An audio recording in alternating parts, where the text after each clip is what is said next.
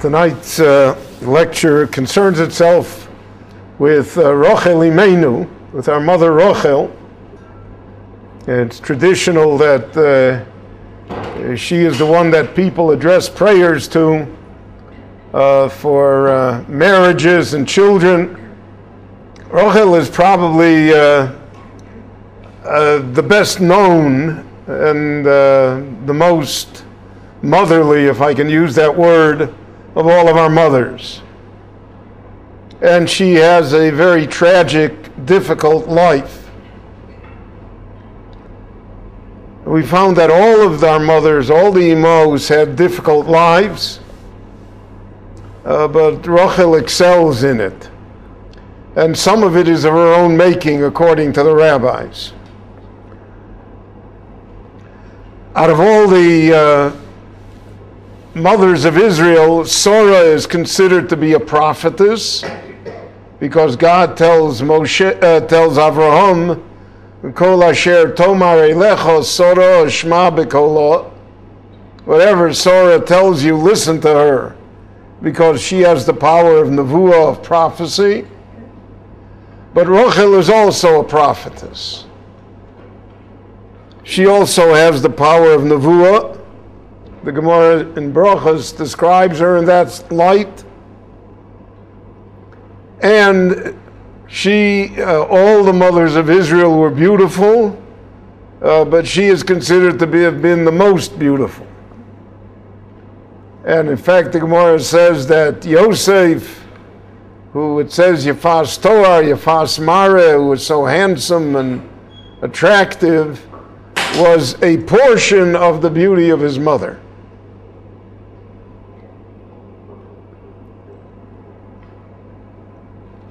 And she is a twin of Leah, as I mentioned last week. They were twins. They both married at the age of 22, but she dies at the age of 36. She dies 8 years before Leah dies. So she's married to Yaakov for 14 years. From the reading in the Torah, you cannot estimate the ages or the length of time that's involved here. But the Medrash fills us in on this. And by Jewish tradition, that's what we know, that she was married to Yaakov for 14 years. And she passes away at 36 in childbirth when Binyamin is born.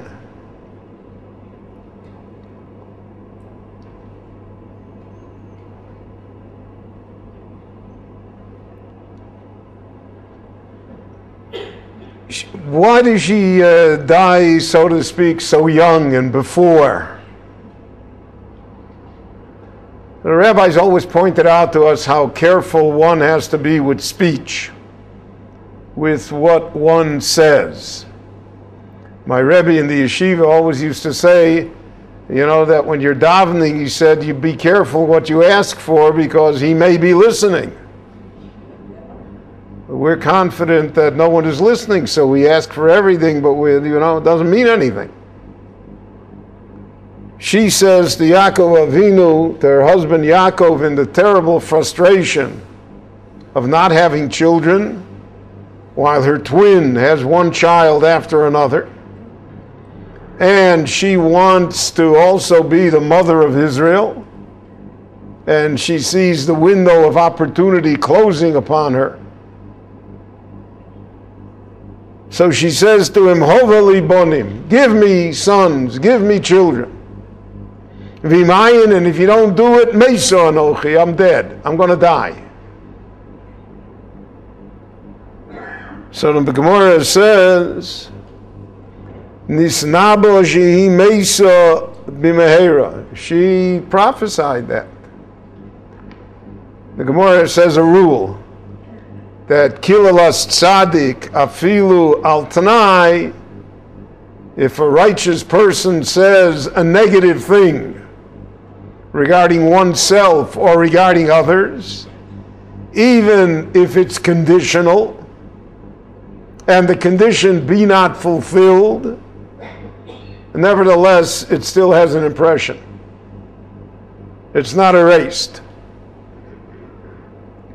And therefore, she said, Imayin, and if I don't have children, Mesa Anochi. So she died in childbirth. She, so to speak, predicted her own end by that statement.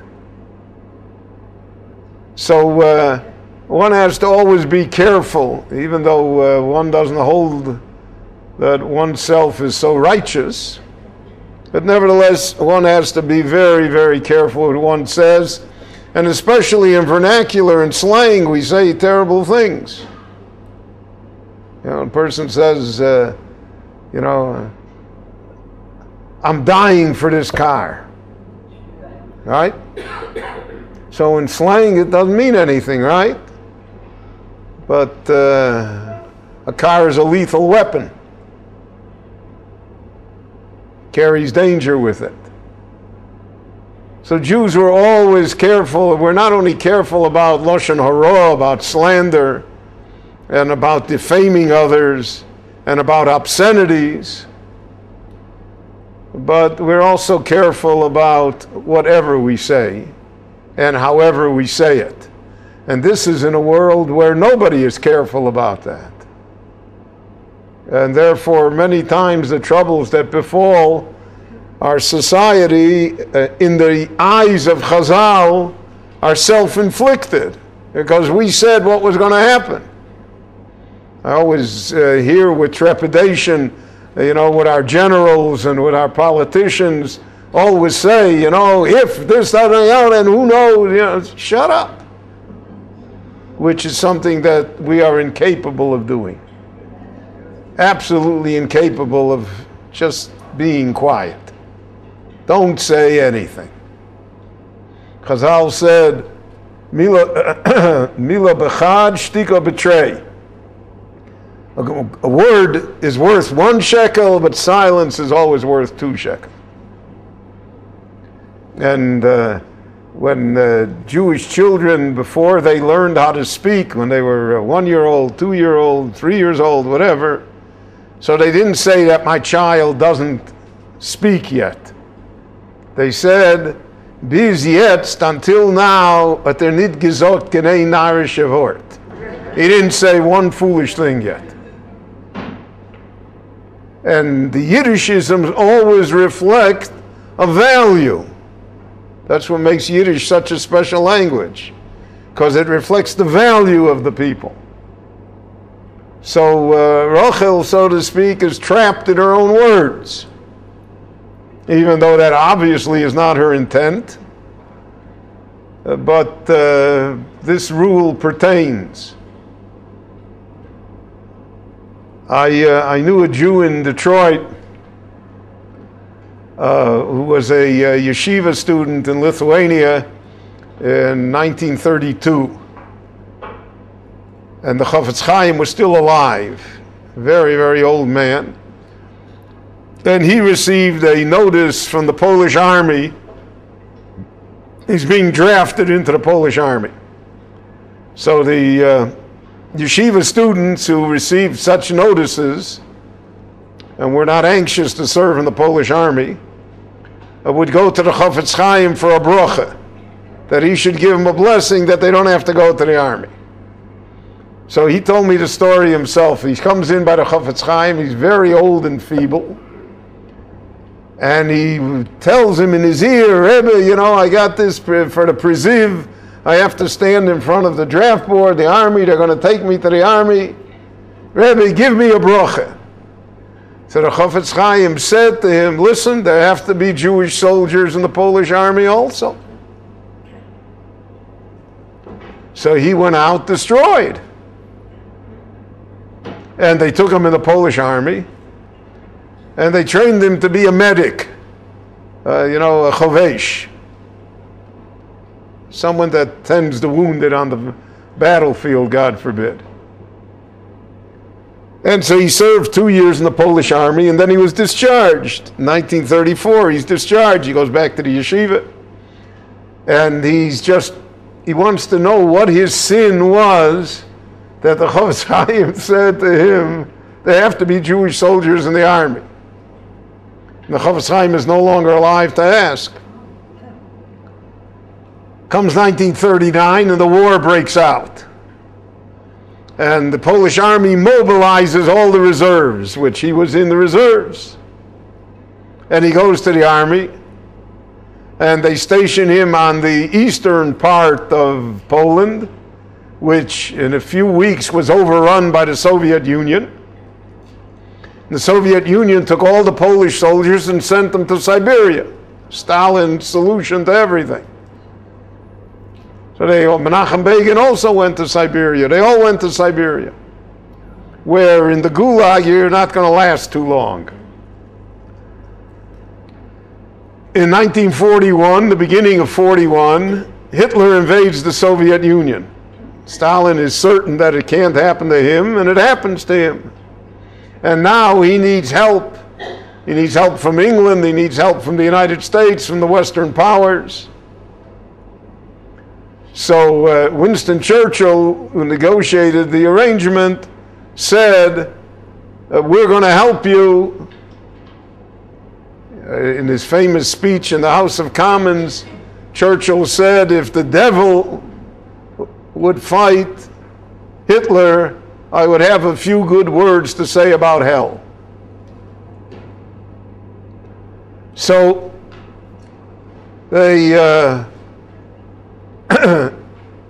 demand that all the Polish prisoners be released, and they're going to make a Polish army, which they did.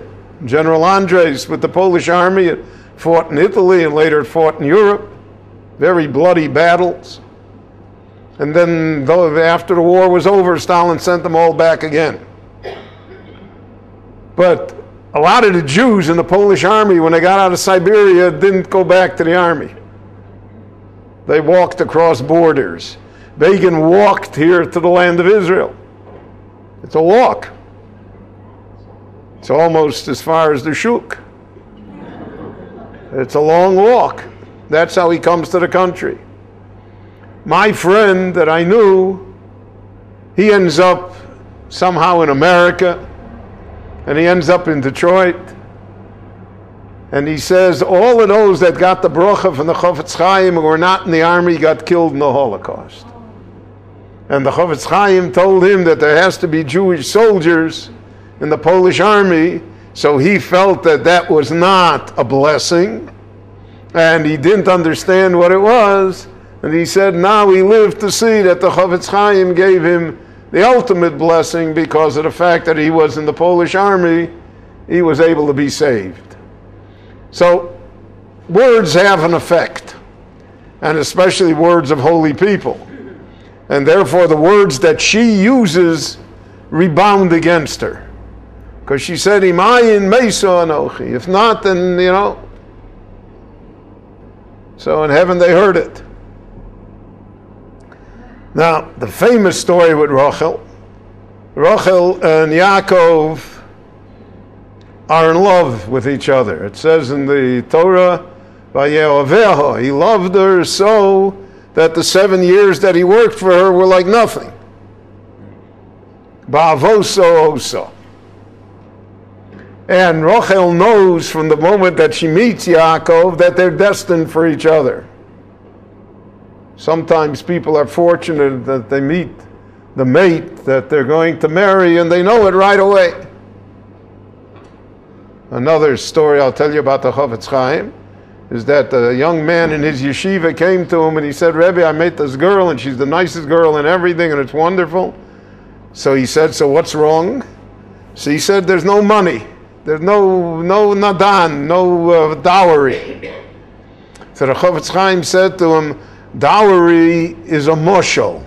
Sometimes if you don't understand something, you have to give a moshel. You have to explain it and explain it. If you understand without the moshel, then what's the problem, right? So they know they're destined for each other. But she tells Yaakov in advance, the Medrash says, she tells him in advance, dear, you should know my father is the world's greatest cheater. And you should know that in our society, lo yaseh ein bimkomenu, they will not marry off the younger one, even though we're twins, but she's older than I am. And my father will not allow me to marry you as long as Leah is unmarried. Now, that's a problem that occurs in many families. That's for one reason or another, the older daughter finds it difficult to find the right one, and there are 2 or 3 or 4 or 10 backed up. So what do? So like in many things in life, there are no good answers. Whatever you do is not going to be terrific. But it's not fair to the other ones, right? So she tells that to Yaakov. So Yaakov says, don't worry, I'm as big a cheater as he is. If I have to be, I'm the champion cheater also. I'm his brother in that. Because Yaakov has the experience of, so to speak, having fooled his father to obtain the brachos, to circumvent Esav. And Yaakov, in spite of being an Ish Tom Yoshev Oholim, he says, don't worry, I'm a match for your father, which is what all sons-in-law say, and rarely are. She says to him, no, you're not. There's a lot, the Medrash is here, the whole conversation. She says, you're not. You'll see you're not. And he says, I am. Comes the time for the wedding, and Rachel realizes that her father is going to substitute Leah for her at the wedding night. Yaakov, in order to, he also suspected that such a thing could happen, so he and Rachel devised a system of codes, so to speak, signs between each other, intimate signs that they would know, that he would know that this is Rachel and not Leah. It seems from the Medrash that indicates that they were even identical twins, which would explain why in the dark, so to speak, he could make such a mistake. The Medrash has another answer, that in order that the voice of Rachel should be there, that Rachel actually hid in the room. And when he asked questions, she answered instead of Leah. But in any event, she gives Leah the code, because she does not want her sister to be embarrassed publicly. And because of that, she is rewarded in the future.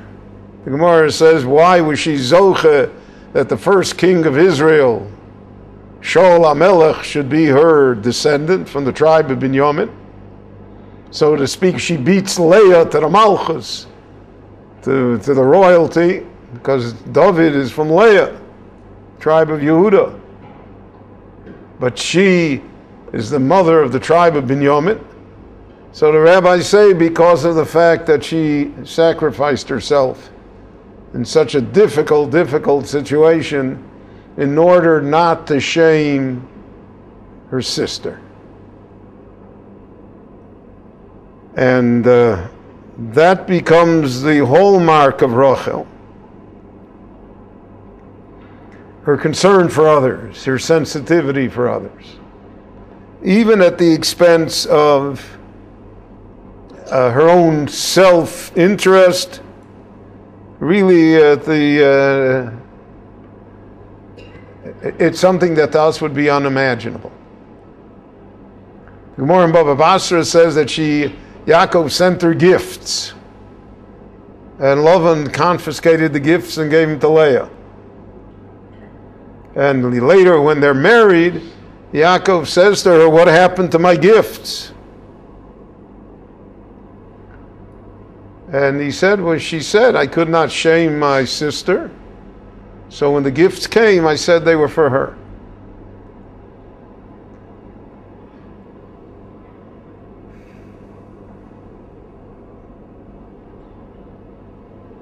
A relationship with Leah is naturally strained.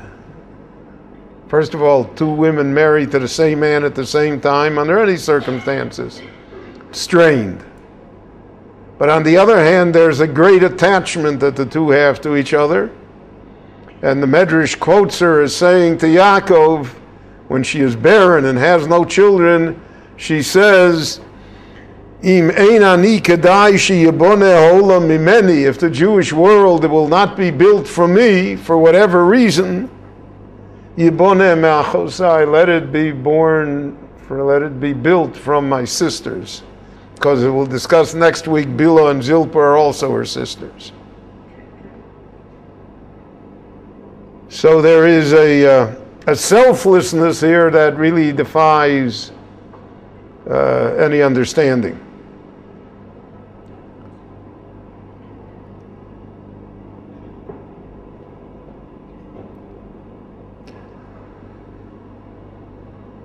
Chazal say that when Yaakov met Rachel, so he kissed her and he wept, because he sensed already that there's going to be a problem here. She's not going to be buried with him.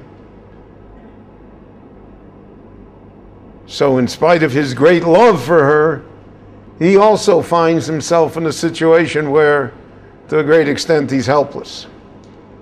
Can't deal with it.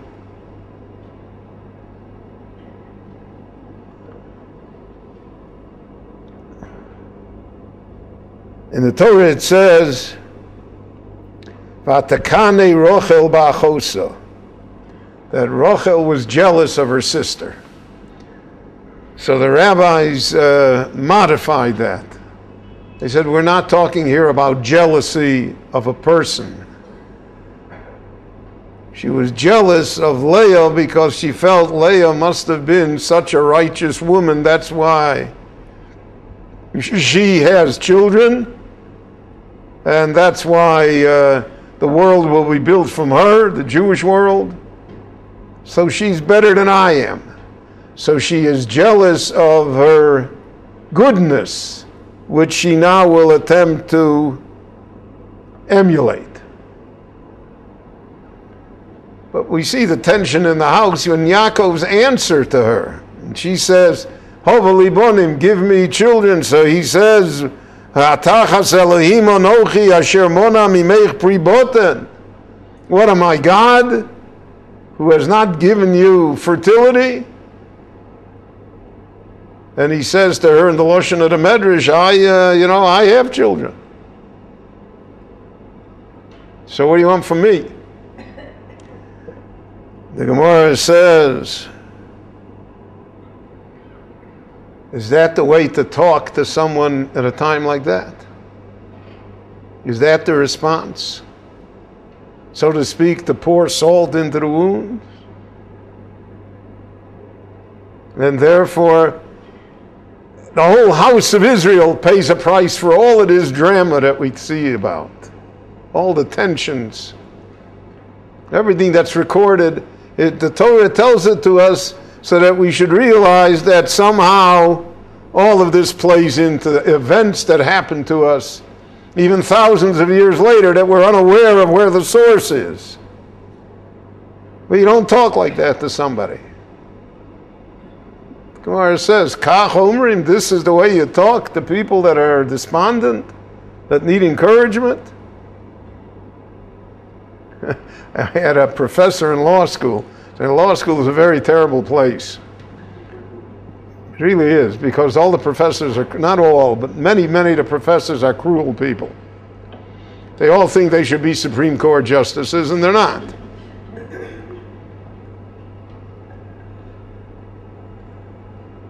So in law school, they call upon people every day to present the cases that were going to be discussed.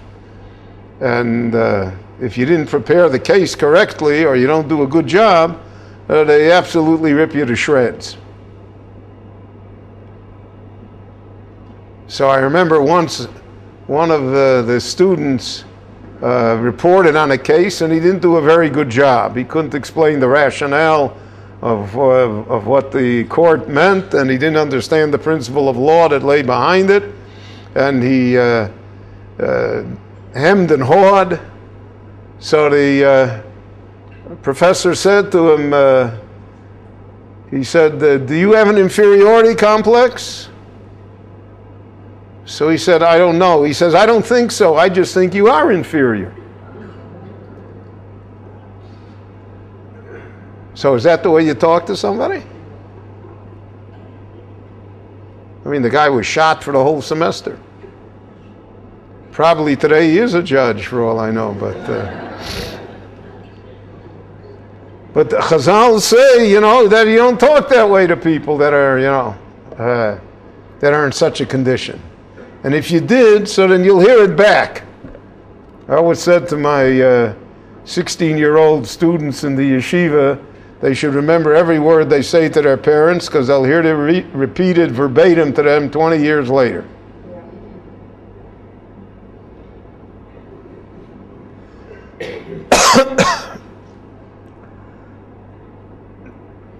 The Ramban has an interesting outlook on this. The Ramban says, how did Yaakov marry sisters? Which is forbidden in the Torah. So while they're both alive, it's forbidden. So how did he do such a thing? Because the rabbi said that even by Avraham Avinu already, they had an intuition as to what the Torah values were and what the mitzvot would be.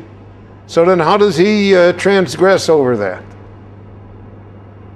So the Ramban says that the Isur, the prohibition, only applied in Eretz Yisrael. But in Chutz La'aretz, outside of Eretz Yisrael, as of that time, there was no prohibition. So he says that that's why Rochel died when they came to Eretz Yisrael, because the moment he came to Eretz Yisrael, so then he couldn't remain with the two sisters. And the Ramban says from that, the great rule, that Eretz Yisrael is a very special place, but it's also a very dangerous place. And that, so to speak, things you can get away with in Chutz La'aretz, you can't get away with here.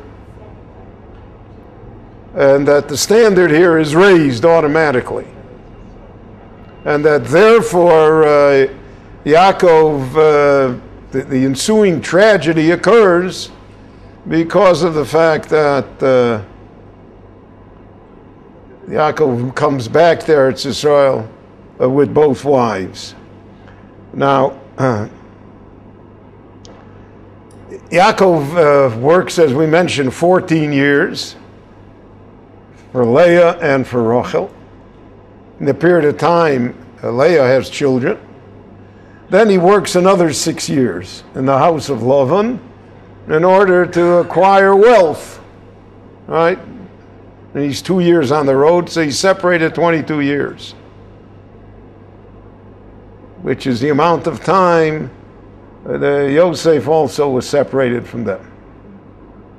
Again, how things in the Torah are exact. God's judgment is very fine. So he calls Rachel and Leah out, and he says, I explained to them what your father has done to me, etc., etc., and therefore we're going to leave. But I'm afraid he won't let us leave, so we have to sneak out. We have to go in the middle of the night, pack the bags, get the kids ready, we're going. Rachel, in the meanwhile, has already given birth to Yosef. He's ready to go. And they agree. They say, Ahod lanu chelek, we have no share anymore with our father. and he took everything from us, and he's abused us, and he's exploited us. We're going with you, Yaakov. We're going to escape. And they leave. And they come to the land of Israel. Now, Yaakov is pursued by Lavan. And the father-in-law says to him, Abonim bonai, abonos benosai, where are my children, my grandchildren? What do you mean you leave? How do you do that? You going on Aliyah?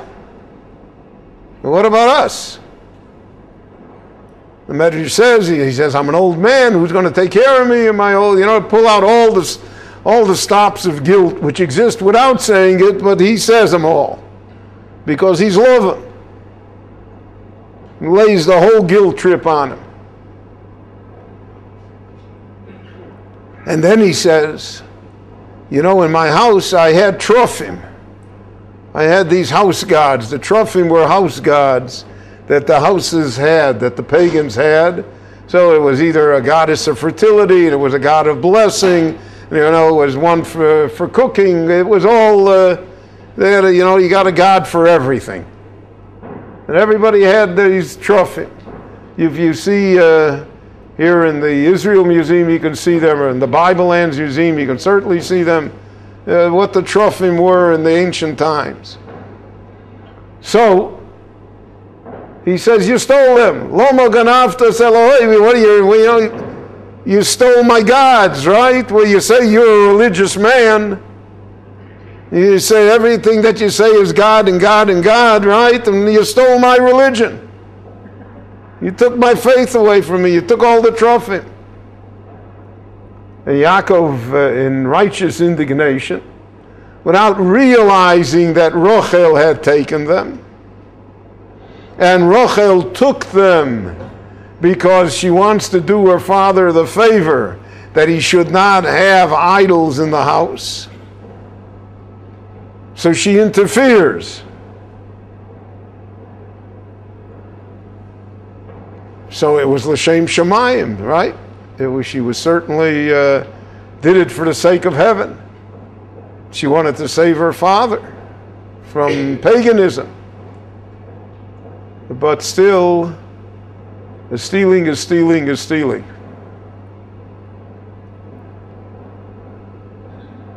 And therefore Yaakov says the fateful words. Wherever you find it, lo yichyeh, well, I will not allow that person to live, will not live. Because he is certain that what? That no one has them. And Lavan searches every place, and he doesn't find. He went to Oel Rachel, Oel Leah, the Oel Shvochos, he can't find them. And then Yaakov says to him in righteous indignation, Loma mishashto kol keloi, what, you put your hands on everything that I own, you look through all the drawers and everything. Did you find anything that's yours? Put it down here and we'll have a judgment. What's yours? Below Yoda Yaakov ki Rachel genovasa.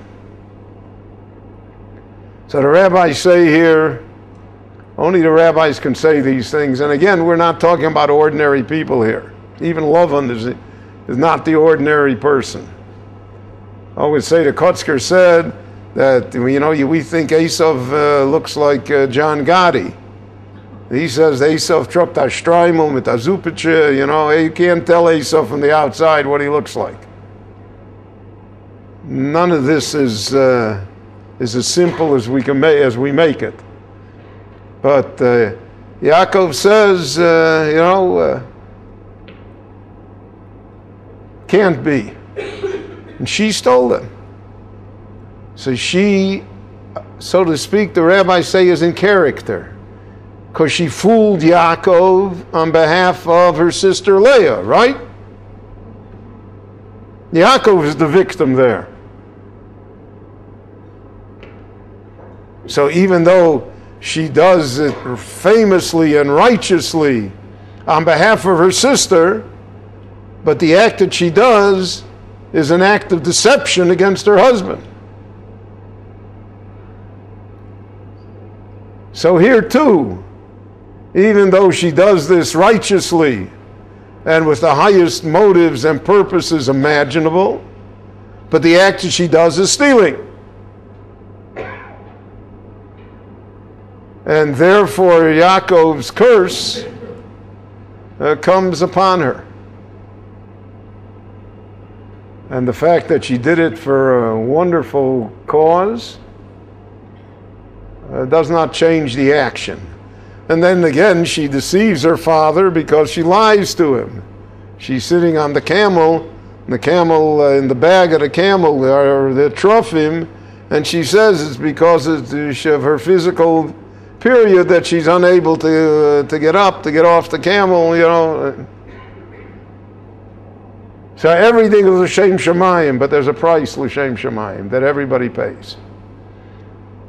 Chazal have a great discussion in the Gemara a number of times about the concept of mitzvah bo b'dei aveira. A mitzvah that comes through an aveira. Is it a mitzvah? Is there any credit for the mitzvah? So the mere fact that it's discussed in the Talmud and discussed at length regarding many matters indicates that there's a problem with it.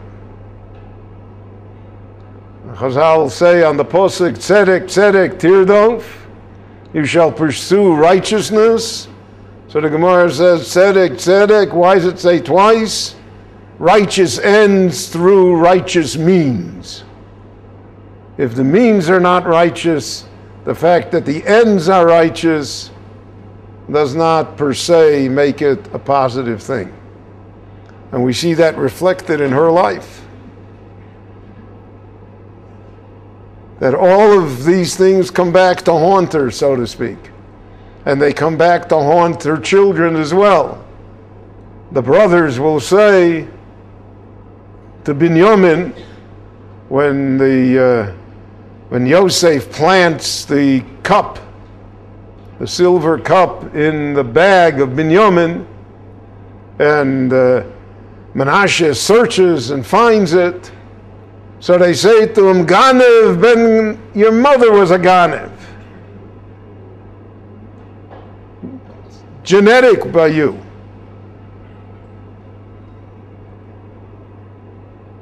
So, decades later, under a whole different set of circumstances, it's 37 years later, they remind him of the fact that Rachel took the trophim of her father. So they said, maybe you also had a holy reason for taking the cup, because Yosef used the cup to be a soothsayer, right, to say the future. They didn't realize what was happening. So you took the cup in order that he shouldn't know where we are, and that we'd be able to get away with everything because he needs the cup to know. But you took the cup. You stole it. So you're a Ganev just like your mother was a Ganev. And that's baked in. That's in the DNA. We have to pray that it's always a recessive gene, but it's not always a recessive gene. Chazal saw in this whole episode of this family all of the difficulties that exist in the Jewish world throughout the ages. My Rebbe used to say that's why you have Jewish hoodlums, gangsters.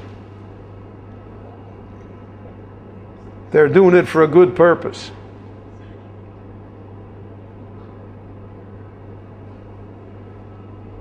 I remember a famous story with Golden Meir that Bugsy Siegel made a parlor meeting for her. You know, and when Bugsy Siegel sent you an invitation to the parlor meeting, everybody showed up. And they showed up with envelopes full of cash. And, you know, and it was used to purchase arms for Israel in the 1948, in the difficult times. but it was Bugsy Siegel money. And it has an influence. It has an influence, even though it's for positive things. And I knew a great Rosh Yeshiva that wouldn't take money that they felt was tainted. They wouldn't take money from people who they felt were not Sabbath observant. He said, you can't build a yeshiva on that money. Sooner or later, it catches up with you. So all of this is expressed here in this drama between Rachel, Yaakov, and Lavan.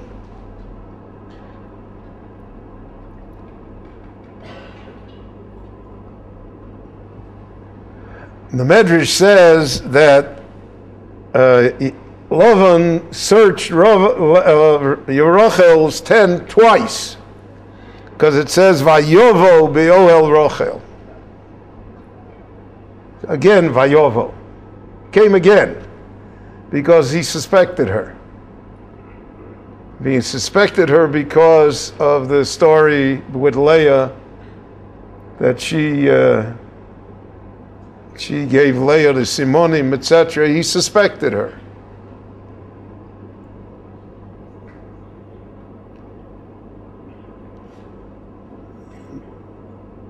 In the Zohar it says, I just want to read the words to you so you don't think that I made this up.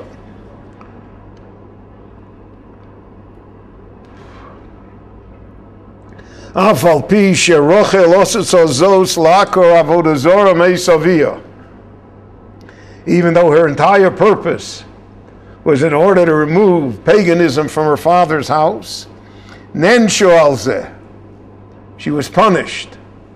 Shelo zochsa lagadel es binyamin, that she was unable to raise her second child, Binyamin. Below iskaymo ito afilu shoachas, she didn't have him, she died in childbirth. Why? Mipnei tsar aviyah, because of the tsar that she caused to her father.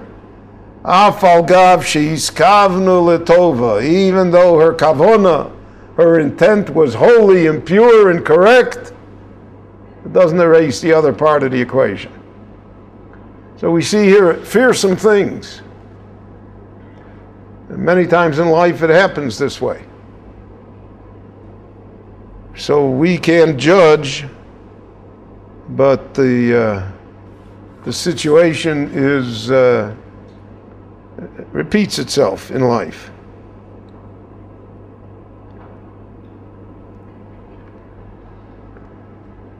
The rabbis say a tremendous idea, frightening idea, that she died in childbirth, so therefore Binyamin, who was not raised by Rachel, so there was not the Rachel-Leah competition, so Binyamin took no part in the sale of Yosef. He was the only one that was out of the loop completely. Everybody else is guilty. All of the 11 brothers. Binyamin is innocent completely. And the Gemara says that that's why Shevet Binyamin did not go with the 10 tribes when the 10 tribes broke off from Malchus Beis David.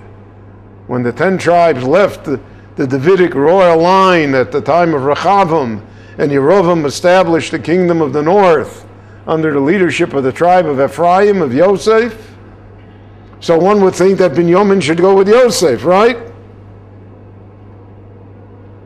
But Binyamin didn't go. Binyamin remained with the Davidic dynasty because of the fact that he never was part of this.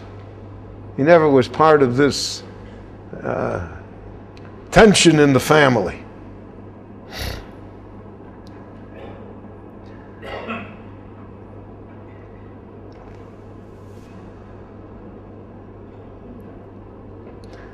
There are two opinions as to when Rachel died. One opinion is that she died in the period of Sfira, between Pesach and Shavuos. And because it says Kivras Eretz, Kivras Eretz is that the earth was still dry. It became dry already. In the rainy season, there's mud, the earth is moist, but by now, after Pesach already, there's no more rain, the earth begins to dry, and that's what Kivras Eretz means. There were clods of earth, dried. The second opinion is that she died on the 11th day of Mar Cheshvan, which is the day that is usually commemorated here in the land of Israel because it's an exact date. That date is quoted in the Yalkut Shimoni, which is the 12th century in Germany. And there's a tradition that that's the date, the Yortzeit, the date is the 11th of Mar Cheshvan.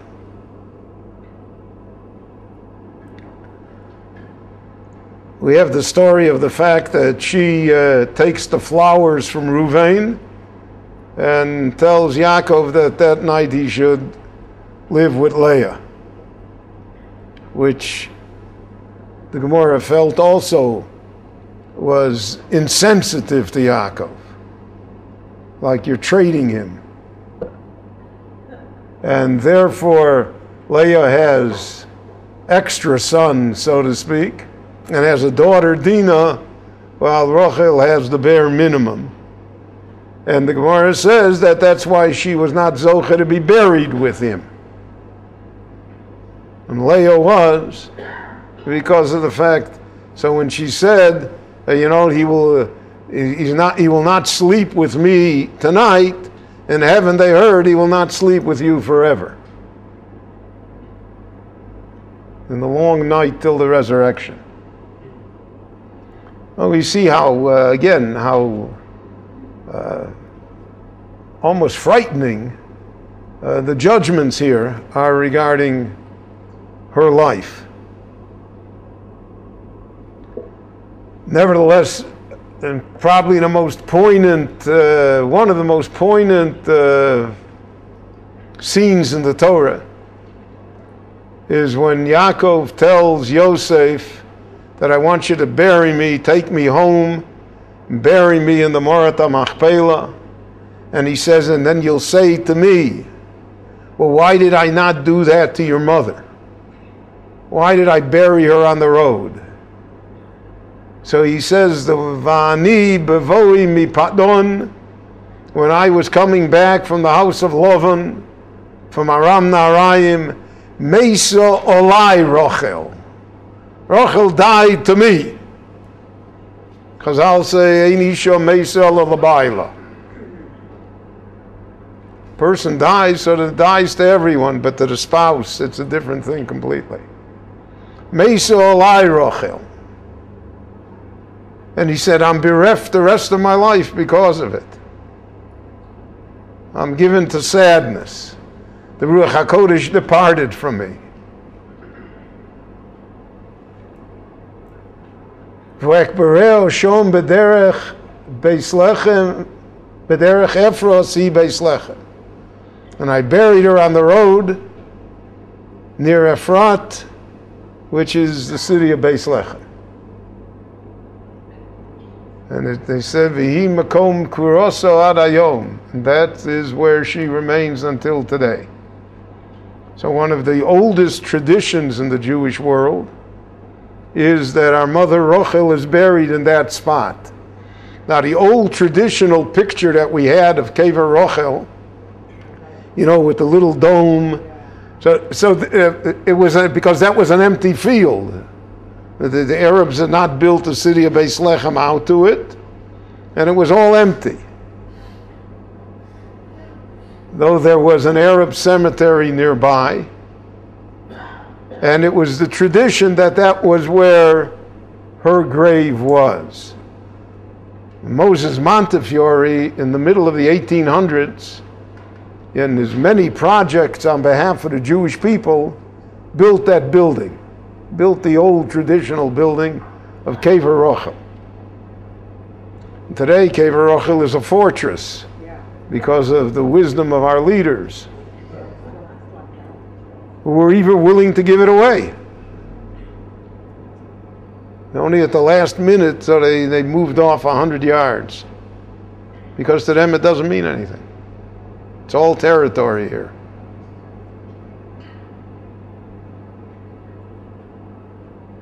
So he says to him, I buried her on the road.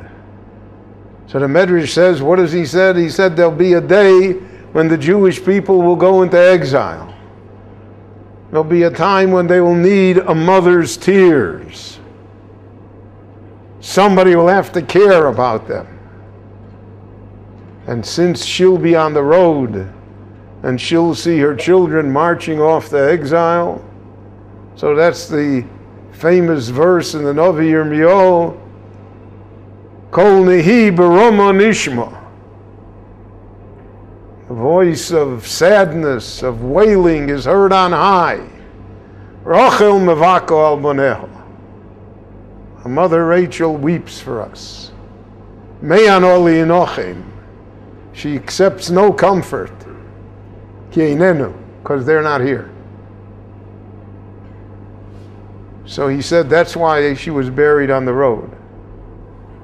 Because she has to remain the mother of Israel through all the ages. And in all the ages there will be more shadow than light. More difficulties than solutions. More troubles than goodness. So somebody has to be there, right? The child falls, so the child picks oneself up and runs to the mother.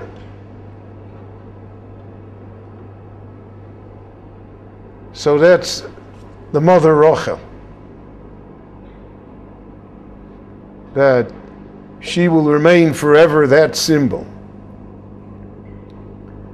Hi omedes umevakeshes rachamim aleim. VaHaKadosh Baruch Hu shomea tfilosa. And the Gemara says further, it's a psichta, Bishvil Rochel ani machzer et Yisrael im komam. V'shovu bonim ligvulam. The sons will return home, means to return home to Rachel. So that even though the Moras HaMachpelah has got Avraham and Sarah and Rivka and Yitzchak and Yaakov and Leah, emotionally, Kever Rachel was stronger always in Jewish ideas and Jewish heart. And you'll see that in Jewish homes, I remember when I grew up, almost every Jewish home had a picture of Kever Rachel. You didn't have a picture of the Moras HaMachpelah. You didn't even have a picture of the Mokam HaMikdash or of the Kotel Maravi. But a Jewish home without a picture of Kever Rachel somehow was deficient. So it was like having people have, in their home, they have their parents' picture, their grandparents' picture, because that gives one a sense of continuity. Comes from someone, not alone. And Rachel, therefore, remains our mother. So in spite of everything that we've discussed here, and the difficulties of her life, and of the terrible vicissitudes that overcame them, in the long run of history and of Jewish thought and Jewish values, Rachel is our mother. More so than anyone else.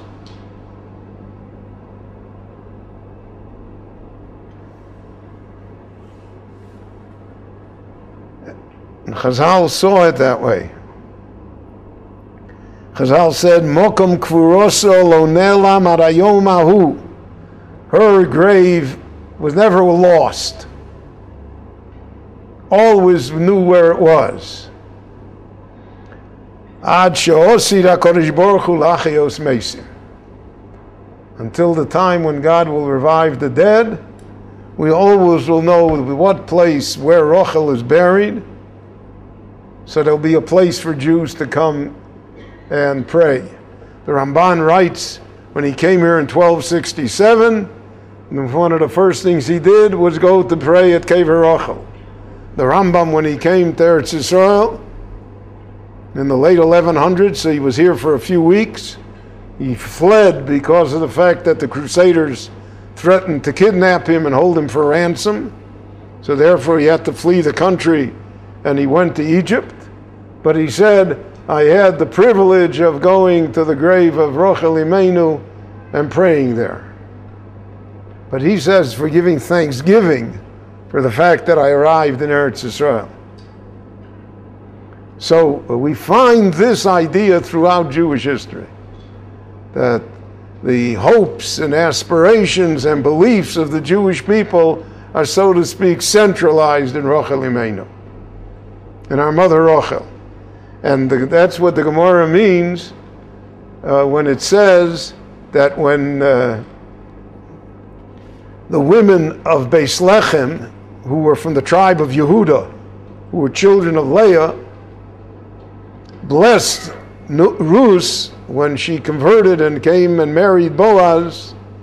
So they said to her, Yisimech Elohim keRachel v'Leah. They said Rachel first, even though Leah is their mother.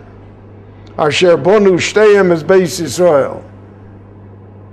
So the Gemara says, Somu Rachel lifnei Leah.